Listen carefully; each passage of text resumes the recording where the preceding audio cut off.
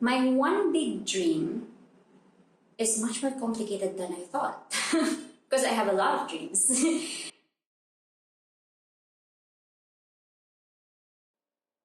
One big dream ko ay magkaroon ng clear skin. Mataas ako mangarap eh. Sobrang taas ng pangarap ko.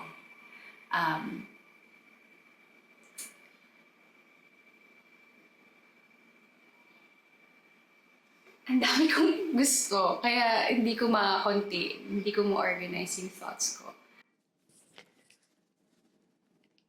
Lagi akong tinatanong kung ano daw pipiliin ko, love or career. Ang lagi kong sinasabi ay, During quarantine, I had this major existential breakdown. I realized that, oh my God, I could die anytime. So I was asking myself a lot of questions. Questions like, what is it that I am doing or not doing that hinders me from living my best life? And then I realized that I was just so anxious. My whole life, I was just dwelling on the past and anxious about the future. That there are a lot of things that I could be, that I could do. And then I had this self-imposed pressure to reach a certain status. But if there's one encompassing message behind my one big dream, it's really just living every day without regrets. There were a lot of reminders during the pandemic that life is short, and I value the experiences a lot with my friends, with my family, and I know ang dami ko pang gustong marating.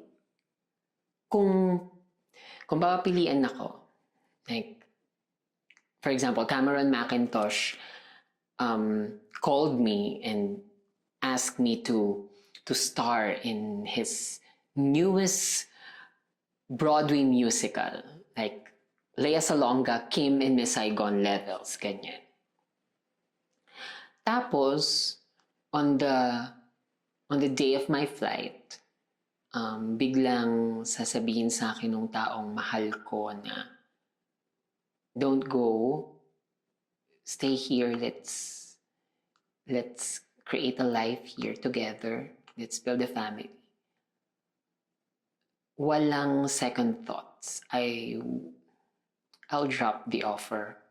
Ang pinaka-pangarap ko ay isang maging magaling na songwriter.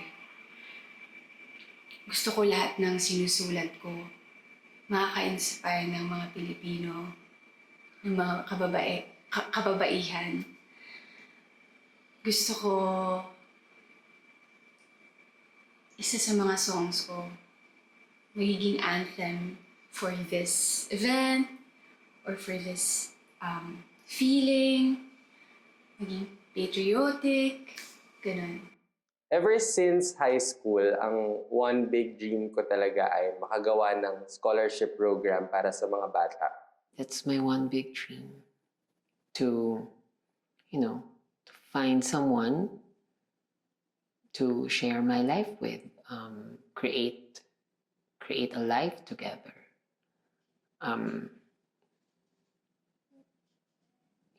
Have a family. I don't know, like 2 to 3 kids, ganyan. And then when I was trying to look for an answer, the only thing that I got was, if you want to be happy, you have to live in the present. If happiness is not here now, then it is nowhere to be found in the future. And ever since that realization, that has been my goal in life, is to always live in the present. Ever since high school, nag-take na ako ng scholarships. Hindi ako matatapos ng high school pre-med and medicine kung wala yung mga tao na tumutulong sa akin. And someday, I would want to give back. And this is primarily because nung college ako, natanggalan ako ng scholarship because I wasn't poor enough. Like, it's literally, I want to travel around the world. Also, I want to have my dream house here in Siargao with my own yoga and meditation space, with my own workspace, and a dedicated room for my mom. So yung mga ganun. Ang pangarap ko rin is makaproduce ng maraming albums na alam mo yung every album, alam ng mga tao. Ano yun? Parang chapters yun ng buhay ko. And, ayan. Parang ini-imagine ko pa lang siya, na-enjoy ko na siya. Kahit hindi naman talaga kami yumaman dun sa standards ng scholarship program na yon, hindi ako mahirap enough kahit nangangailangan pa rin naman kami nun. At nagmakaawa ako, nakipag-meeting ako noon para i-request na ma-extend yung scholarship ko. Pero hindi ako pinagbigyan dahil hindi ako mahirap sa mata nila. That's my one big dream, to have not really simple life, but to have a life with someone, create a life with someone. That's my one big dream. I want to raise a family. And it has helped me with my anxiety because it reminds me to always be grateful to be alive.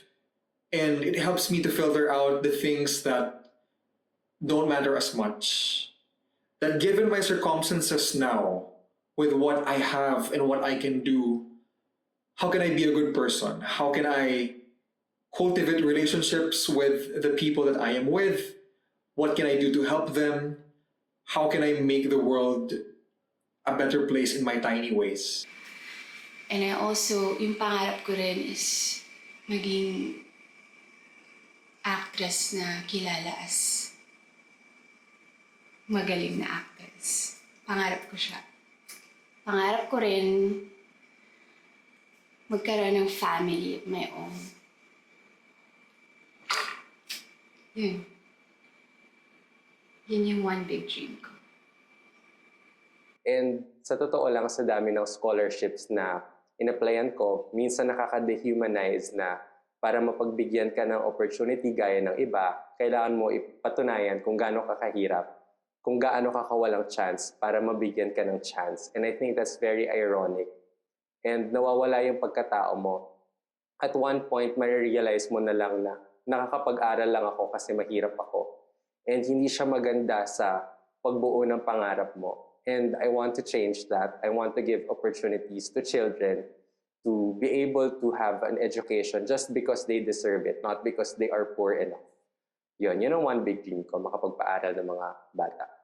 But at the end of the day, it's really just about reminding myself, although it's easier said than done, that to stay in the present because you get overwhelmed with what's going to happen in the future. And that's one thing I learned from the pandemic and also from moving from Manila to here on the island. I learned how to slow down and really take in the moment.